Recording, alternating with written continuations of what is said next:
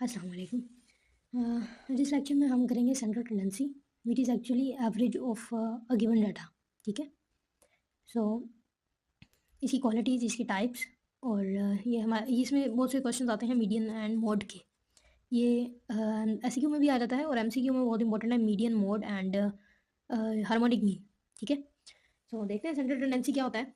Central tendency, central से पता चल रहा है कि कोई मिड वाली वैल्यू होगी जो सेंटर में लाई करे।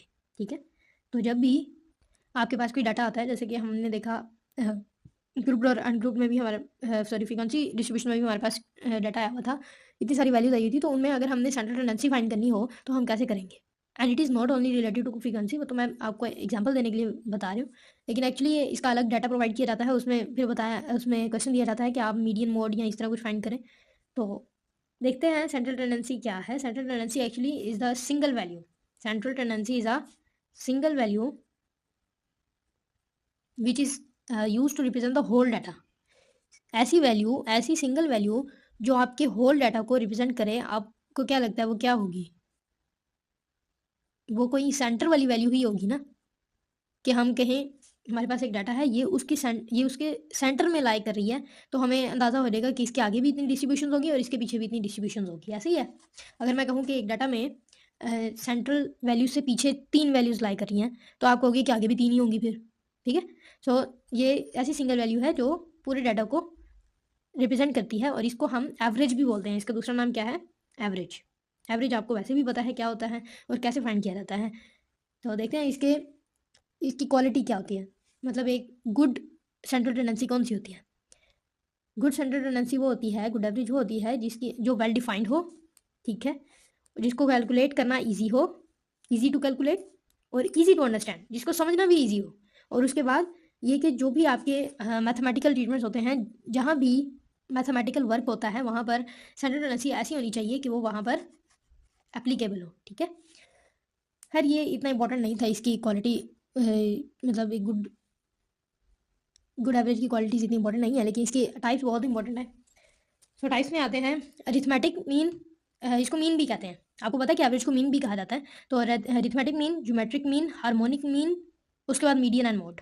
ठीक है, ये मीन है तीन, arithmetic, geometric and harmonic, these are means, इनको मीन कहते हैं। और उसके बाद मीडियन और मोड, और ये आउटलायर क्या है ये हम एंड में ऐसे ओवरव्यू कर लेंगे, क्योंकि इस पर भी एमसीक्यू आ जाता है, लाजमी आ जाता है। इवन हमारे सेकंड सेमेस्टर में भी अभी रिसेंट जो टेस्ट हुआ है उसमें भी आउटलायर का क्वेश्चन आया हुआ था। और सबसे अजीब बात यह है कि सेकंड सेमेस्टर में आपकी जो फर्स्ट सेमेस्टर के क्वेश्चन है ना, जितने भी टॉपिक्स हैं उनसे रिलेटेड क्वेश्चन आया होता है। ठीक है, नंबर सिस्टम का नहीं देते, या बाकी एक दो मेजर टॉपिक्स हैं ऐसे जिनका नहीं देते, वरना एरिया वगैरह, ये पैरामीटर, इनके क्वेश्चन सेकंड सेमेस्टर में भी देते हैं। और वो कहते हैं कि शायद ये बल्कि उन्हें हमने सर से बात की कि सर आप हर दूसरे पेपर में प्रोबेबिलिटी का क्वेश्चन लास्ट में देते हैं, कोई 2 से 3 सवाल तो प्रोबेबिलिटी के होते हैं, हालांकि इस सेमेस्टर में तो है ही नहीं वो। तो यही कहते हैं कि ये आपके इंक्लूड है, जो आपने पीछे पढ़ लिया ना वो आपका आगे इंक्लूड है तकरीबन। तो उसमें ये प्रोबेबिलिटी बहुत इंपॉर्टेंट है, ये मीडियन, मोड, आउटलायर बहुत इंपॉर्टेंट है। इसके अलावा अलजेब्रा के क्वेश्चंस भी आते हैं। तो बात करने का मकसद ये कि बहुत इंपॉर्टेंट टॉपिक्स हैं जो आपके आगे भी काम आएंगे। ठीक है, तो इनको आप पक्का करें ताकि आगे इतनी स्ट्रगल ना करनी पड़े आपको, क्योंकि आगे का सिलेबस और ज़्यादा होता है, उसी को कवर करने में बहुत टाइम लग जाता है, तो बंदा पीछे रह के क्या देखे अब। So the first type is arithmetic mean, और मैंने आपसे ये कहा कि ये 3 मीन है और ये मीडियन और मोड अलग है। ठीक है, एक और बात कि ये जो फर्स्ट 3 हैं ये मैथमेटिकल हैं। ठीक है, ये फर्स्ट 3 यहाँ पर लिख देते हैं, फर्स्ट 3 जो हैं ये मैथमेटिकल हैं, कि मैथमेटिकली इनका फॉर्मूला होता है उससे आप निकालते हो। मगर जो है ना फोर्थ और फिफ्थ जो है मीडियन एंड मोड जो है एक्चुअली ये आपको लोकेशन बताते हैं, लोकेशन या पोजीशन बताते हैं। मीडियन और मोड क्यों फाइंड किया जाता है? लोकेशन या पोजीशन फाइंड आउट करने के लिए। ठीक है, तो सबसे पहले अरिथमेटिक मीन। अरिथमेटिक मीन वैसे ही है जैसे हम एवरेज निकालते थे पहले भी, मीन, सिंपल मीन। जैसे कि अगर आपको 2 वैल्यूज़ दी हुई हैं तो उनका सम करके आप डिवाइड कर देते हो 2 पे, और अगर आपको 5 दी हुई है तो 5 का सम करके आप डिवाइड कर देते हो 5 पर। ठीक है, एक्चुअली ये क्या होता है कि सम ऑफ वैल्यूज़, जितनी भी वैल्यूज़ आपको दी गई हैं उनका सम और number of values, sum of values को आप डिवाइड करते हो नंबर ऑफ वैल्यूज़ पे। लाइक अगर आपको दिया हुआ है 6 + 4 + 3 + 2, तो ये कितनी वैल्यूज़ हुई? 1 2 3 4, 4 वैल्यूज़ हैं तो 4 पे डिवाइड कर दोगे। अगर इसी तरह अगर मैं कर दूँ 1 तो ये होगी 5, तो अब आप 5 पर डिवाइड कर दोगे, ठीक है। इस तरह से होता है कि sum of values divided by number of values, और वैल्यूज डाटा में आपको दी गई होती हैं। फिर इसको आप एडअप करोगे और 5 पर डिवाइड कर दोगे तो आपका आंसर आ जाएगा। अब इसको एडअप करें, 10 15 एंड 16 को 5 पर डिवाइड करोगे तो आ जाएगा 3.2 आ जाएगा, ठीक है। तो ये आपका क्या हो जाएगा, फिर अरिथमेटिक मीन हो जाएगा। इनके आपने फॉर्मूलाज ही याद रखने हैं, और बाकी जो कुछ बातें मैं बता रही हूँ बस वो ध्यान में रखें। अब ज्योमेट्रिक मीन क्या होता है, ज्योमेट्री से निकला है, ठीक है। जियोमेट्रिक थोड़ा सा ट्रिकी है, मतलब है तो यही कि sum of values and number of values, मगर ये तो फ्रैक्शन में था ना, ये है स्क्वायर रूट में, ठीक है। अंदर आप लिखोगे प्रोडक्ट, सम नहीं है, प्रोडक्ट है, प्रोडक्ट ऑफ वैल्यूज, और बाहर वो नंबर आएगा जितने नंबर ऑफ वैल्यूज हैं। लाइक अगर यही वैल्यूज हैं तो इनको अंदर मैं मल्टीप्लाई करूंगी, 6 × 4 × 3 × 2 × 1, तो ये 5 वैल्यूज हैं, तो यहाँ पर बाहर क्या आएगा 5। इसको आप सिंपली कैलकुलेटर पर लिखेंगे तो सॉल्व हो जाएगा। आप इसको मल्टीप्लाई करो, 6 होता 24, 24 3 the 72 and 72 2 the is just like 144 and 144 1 the 144, तो ये हो गया 144, और इसकी पावर ये स्क्वायर रूट नहीं है, स्क्वायर तब होता है यहाँ पे 2 होता, तो अंडर रूट 5 को जब आप इस तरह कैलकुलेटर पे लिखोगे ना कि 5 और यहाँ पर 144, उधर ऑप्शन होती है यूँ लिखा बना आ जाता है डब्बा, तो उधर आप क्लिक करके तो 5 लिख देते हो, ठीक है। तो इस तरह फिर ये आंसर दे देगा आपको। तो आपने याद रखना है फॉर्मूला क्या है कि प्रोडक्ट ऑफ वैल्यूज और स्क्वायर रूट के बाद ये अंडर रूट के बाद number of values. Next is our harmonic mean. Harmonic में ना आपने याद रखना है रेसिप्रोकल, हार्मोनिक रेसिप्रोकल, इस तरह करके आप 2-3 बार बोलो, आपको याद हो जाएगा कि हार्मोनिक का ताल्लुक किससे है, रेसिप्रोकल से। वो कैसे है कि इसमें ऑपोजिट हो जाएगा, नंबर ऑफ वैल्यूज ऊपर और नीचे reciprocal of values, sum of reciprocal of values is just like that. कितनी वैल्यूज है, 5 है ना, ये मेरी 5 वैल्यूज मैंने ली थी, तो 5 वैल्यूज और हर एक के रेसिप्रोकल का सम, मतलब 1/6 plus 1/4 plus 1/3 plus 1/2 plus 1/1, clear. और रेसिप्रोकल क्या होता है, मैंने आपको प्रीवियस क्वेश्चंस में समझाया भी था कि ये नहीं होता कि 1 ओवर करके कर दें, एक्चुअली ये डिनोमिनेटर को न्यूमिनेटर, न्यूमिनेटर को डिनोमिनेटर बनाना होता है। अब 6 के नीचे कुछ नहीं है तो इसके नीचे ऑफकोर्स 1 है, ठीक है। तो मैंने इसका रेसिप्रोकल कर दिया 1/6, इसका कर दिया 1/4, इस तरह से 1/4 1/3 plus 1/2 plus 1/1, 1/1 is equal to 1, clear.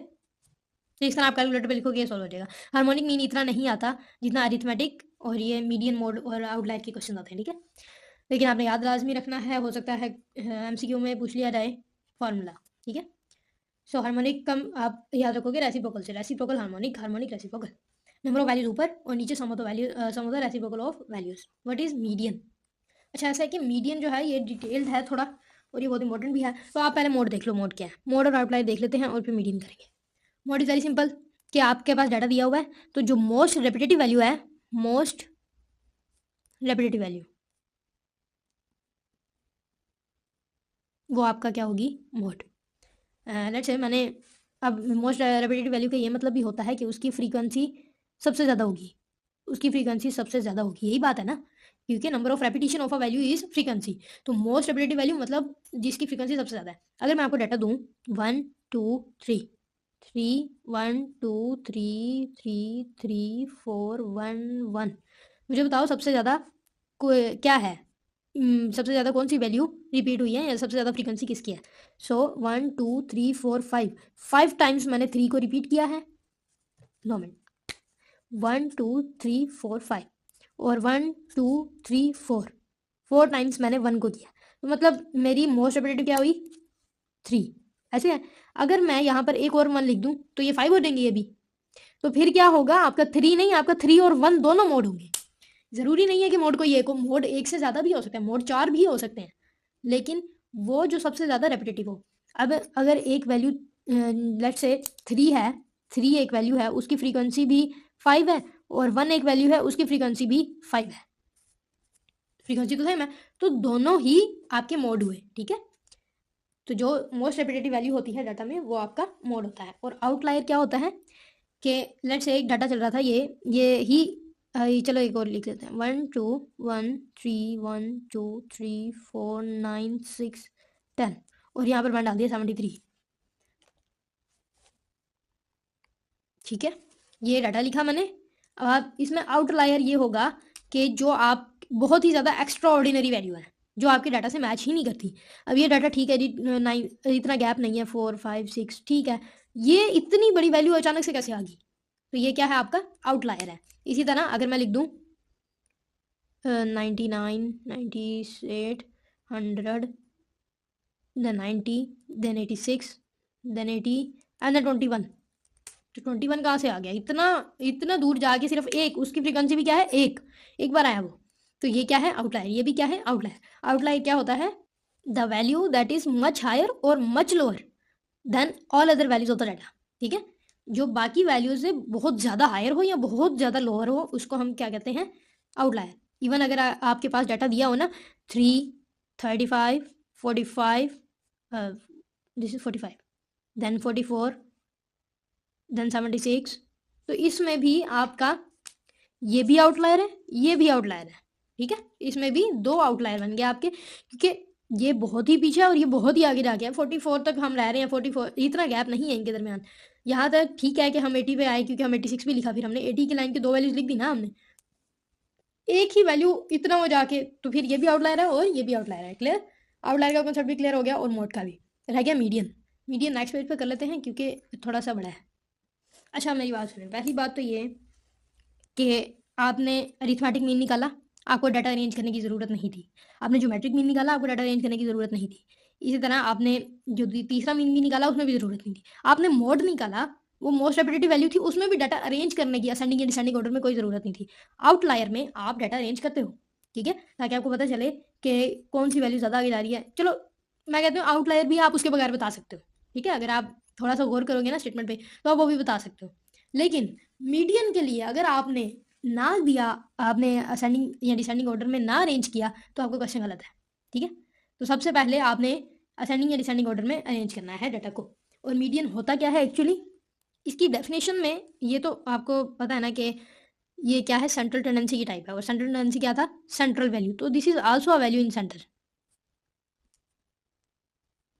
ठीक है, ये लेकिन पोजीशन बताती है। वो आपको क्या बता रहे थे? वो मैथमेटिकल बता रहे थे, मगर ये पोजीशन बताती है आपको। और एक और इम्पोर्टेंट पॉइंट लिखेंगे कि मीन, वो 3 मीन पढ़े हैं ना आपने, mean can be out of data. ठीक है, मतलब डाटा में अगर आपके पास वैल्यूज दी हुई हैं, जो सेलेक्ट करेंगे क्योंकि सॉल्व करने का टाइम नहीं है। अगर आपके पास वैल्यूज दी हैं 1 3 9 6 8 10 और आप मीन निकालते हो, कोई भी मीन निकालते हो और वो आ जाता है 7, ठीक है, तो ठीक है, वो आउट ऑफ द डाटा हो सकता है। मीन आउट ऑफ द, चलो अगर इसका मीन मैं कहूँ आ जाता है एक्चुअली 5, ठीक है, तो वो आउट ऑफ द डाटा हो सकता है। Mean can be out of data, but median can never be out of data. और ये आउट ऑफ डाटा होगा, लेकिन एक सिचुएशन में, वो एक्सेप्शन है। ठीक है, तो वो इवन में होता है, सॉरी हाँ इवन में होता है। अब देखते हैं कि मीडियन फाइंड कैसे किया जाता है। आपके पास ये इवन ऑड क्या है? अच्छा, इसकी डेफिनेशन में लिखा हुआ है, मैं ये बता रही थी कि इसकी डेफिनेशन में ही लिखा हुआ है कि the value in the centre when, value in the centre when numbers are arranged from least to greatest. मतलब आप असेंडिंग ऑर्डर में जब अरेंज करोगे, तो जो सेंटर में वैल्यू आएगी वो आपका मीडियन होता है। तो आपने लाजमी डाटा करना है। अब मैं लास्ट सेमेस्टर में, मतलब जब हमारा फर्स्ट सेमेस्टर हुआ, तो जो फाइनल एग्ज़ाम होता है ना, मतलब प्रॉफ से पहले जो होता है, प्री बोर्ड जिसे कहते थे हम, और जब हुआ पूरे उसका पूरे कंटेंट का, तो मुझसे सबसे बड़ी गलती हुई कि मेरे जहन से निकल गया कि मीडियन में तो मैंने अभी अरेंज ही नहीं किया, और मैंने सीधा ये देख लिया कि 2 इधर से निकालो 2 इधर से, वो भी मैं आपको करवाऊंगी। तो ठीक है जी, ये मीडियन आ गया।